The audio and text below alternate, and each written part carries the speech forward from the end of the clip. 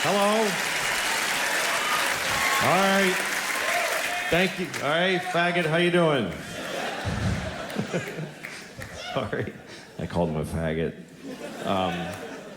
I miss that word, you know? I grew up saying that word, and it never meant gay. When I was a kid, I didn't know what gay was. No, I hadn't been told that people do that. I had no fucking idea. Faggot didn't mean gay. When I was a kid, you call somebody faggot because they're being a faggot, you know? Someone's just being a faggot. Nah, shut up, faggot. I'm not supposed to use those for that. Shut up, faggot. Didn't mean, like, I would never call a gay guy a faggot unless he's being a faggot. But not because he's gay, you understand? Like, if I saw two guys blowing each other, and I don't know why I'm watching them do it, but if I just happen to...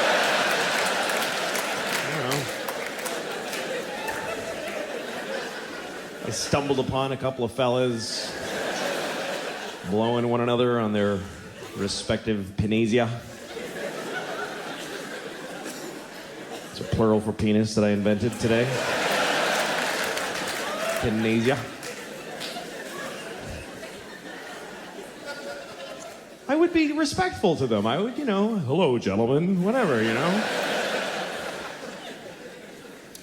But if one of them took the dick out of his mouth and started acting all faggy and saying annoying faggy things, people from Phoenix are Phoenicians or something like that.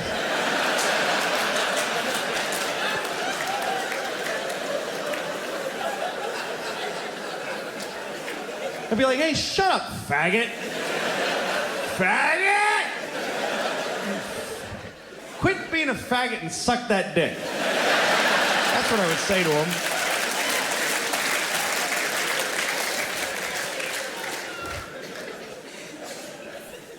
I don't know. I would never call somebody a mean name because they're sucking a dick. Because if you can suck a dick, man, that's awesome. I respect you.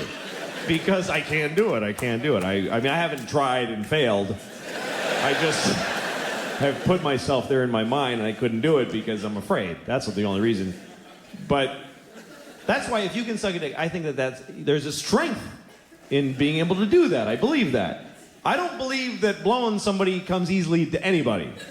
Even if it's something that you generally do, every new dick must take something out of you. There must be something you gotta do to get yourself ready, Okay, here we go.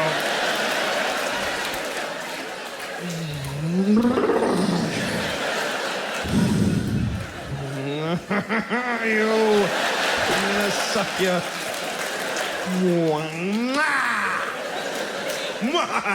Okay. Here we go!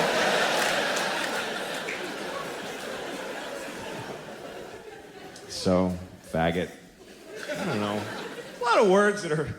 They're not bad words. No words are bad. But some people start using them a lot to hurt other people, and then they become bad. They become hard to use. There's words that I love that I can't use because other people use them wrong to hurt other people. Like the word cunt is a beautiful word. To me, there's just beauty in that word. And I mean aesthetically. It's like chocolatey and round on the ends. I just like the way it sounds. And I don't use it as an insult. I'm alone in the laundry. I'm like, cunt. I just like saying it. I would never call a woman a cunt, except for my mom, because she likes it for some weird reason. But it's a very misused word. It's supposed to mean vagina, which I don't think works at all. Because vaginas are so sweet. They're little pretty things with little flower petally lips, and I hear a piccolo in my head every time I see a vagina.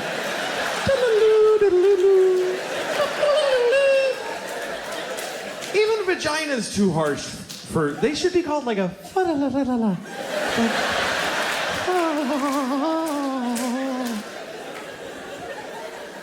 There should be a butterfly fluttering around every vagina all the time. Just all the time. A little butterfly. And you go to the doctor, he's like, well, the butterfly looks good, so we're in good shape. Good color to the butterfly.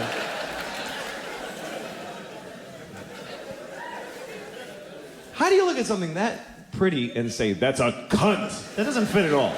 Maybe if it was a giant vagina and it was attacking a town and throwing buses around and knocking over telephone poles. Then you can say, hey, somebody shoot that cunt with a bazooka. He's gonna step on the candy store.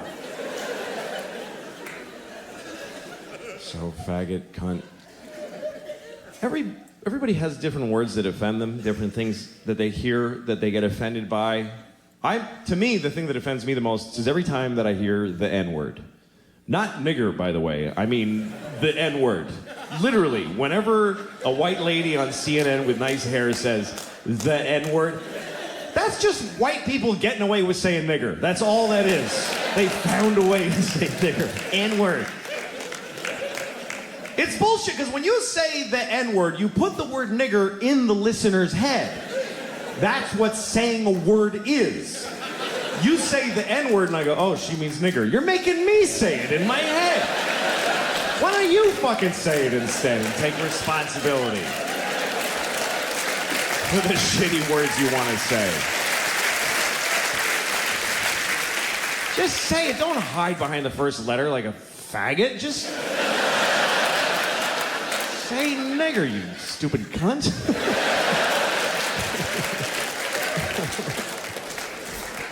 I don't know. I don't care. Somebody will kick my ass. I mean, all this shit goes on in my head. I don't really I thought the word nigger the other day. I'm going to tell you this story. And it wasn't racist. It wasn't a race even connotation. Let me tell you what happened. I went to a coffee place. And it was like a cool indie coffee. I don't like Starbucks anymore because you go there and they don't care anymore. They just press a button and some old lady's diarrhea comes out and they just give it to you. So I go to like a young people cool coffee place with like my band's playing notices on the walls, and it's called like the Howling Do whatever thing, and the dude behind the counter's got a tight t-shirt and a ponytail, and he's like, hey, what's up, man? And I was like, hey, can I get a cappuccino? And he's like, yeah, right on, totally. Like, he's amazed that he could help me. Like, oh yeah, I got all this stuff right here. That's awesome. And so he starts making my coffee he works so hard. He ground the beans just for that one cup and put them in the thing and tamped them with this old thing, and you click, clack, and click, and then he took the milk and he frothed it like for like an hour, and then he banged it on the counter. I don't know why, it was awesome, and he scooped it in and put a little cocoa on it, and he's like, here you go, man. And I was just blown away. And for some reason, as I left there, the thought in my head was, that nigger made the shit out of my coffee. I don't know why. He wasn't black. That's just what was in my heart for some reason. Was that nigger made the shit out of my coffee. I don't know.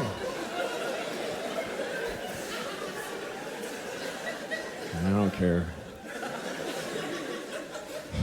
I'm all sweaty.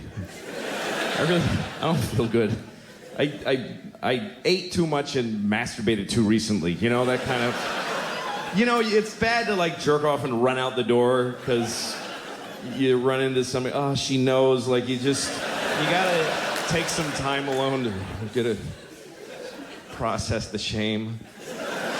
And I can't stop eating. Today, I weighed myself today. I don't know why. I'm not using the information. It's not guiding my behavior. Why am I bothering to find out exactly how much of a piece of shit I am? I weighed myself, and I usually hover around 230, 240 today. 240. I weigh 240 pounds, which is not, no, it's not okay. Because there's no way, like, you know when you go to a doctor, they give you like a formula for how much your weight, like a rule of thumb.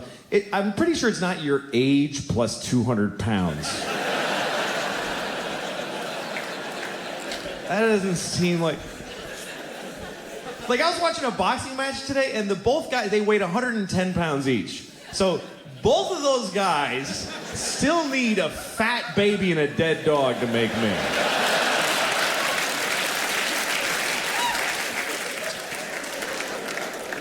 And it's really bad because I'm 40 and my doctor's like, yeah, you gotta be less people. You can't be so much.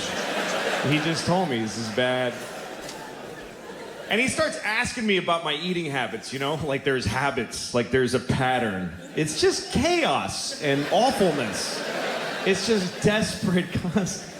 He's like, how many meals and how many bowel movements a day? I'm like, I have no idea. I have no idea. It's just a blur. I'm just shitting and eating all day.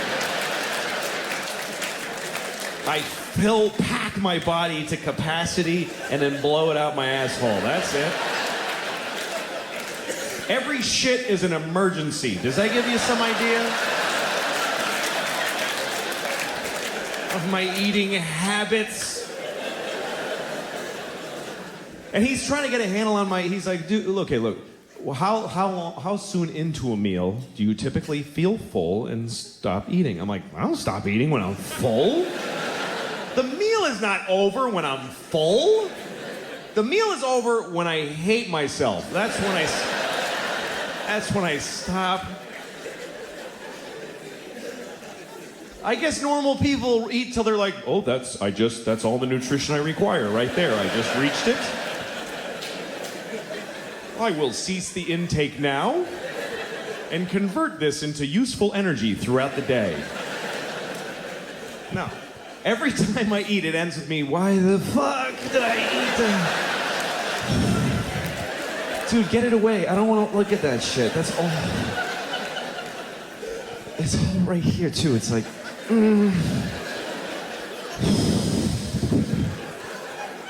I got syrup in my veins, like for blood. I got syrup. It's gonna be bad later. I can't take care of myself. And I'm always just uncomfortable, just sweaty and just, like, this is such a bummer.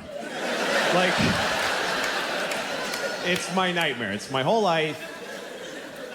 Best thing that ever happened to me was boxer briefs. I'm so happy about boxer briefs. It doesn't seem like a big deal to most people, but before boxer briefs, I was trapped between the two awful worlds of briefs and boxers.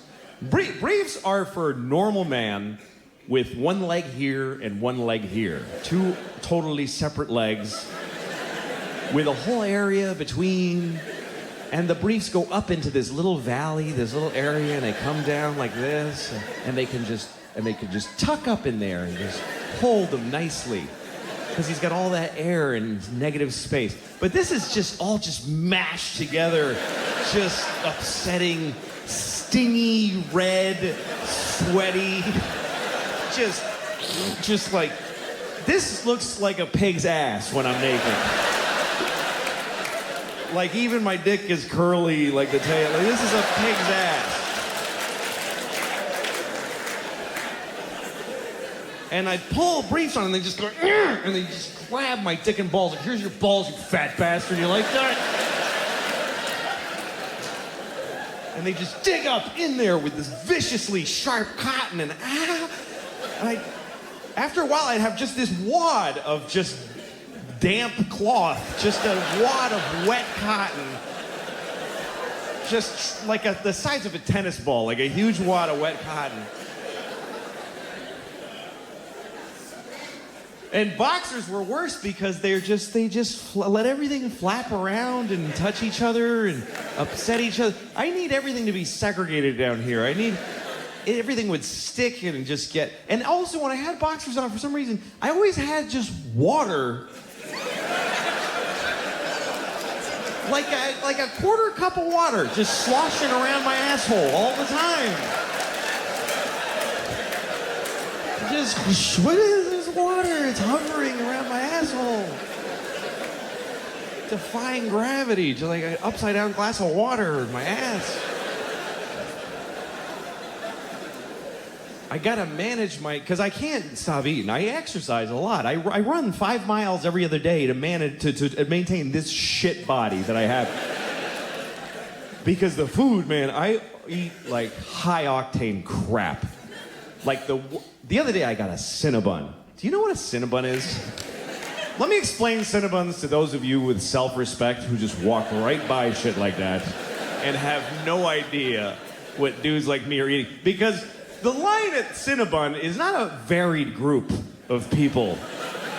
It's not all kinds of folks trying out a Cinnabon. It's not like there's a skinny Chinese girl and then a little dude. It's just, and no one's happy on the Cinnabon line. No one's like, I love these, they can't wait. No one's excited to get one. It's all dudes like me or fatter standing there like, oh, fuck, I'm getting a Cinnabon. Oh, shit. I gotta cancel all that shit I was gonna do too, because this is gonna be... Here's what a Cinnabon is. Let me explain it to you. It's a 6-foot-high cinnamon swirl cake made for one sad fat man. Even if you have a vagina, you are a man if you're eating a Cinnabon. In that moment, you're a man. It's a sticky, hot bun, and it comes with a little tub of jizzy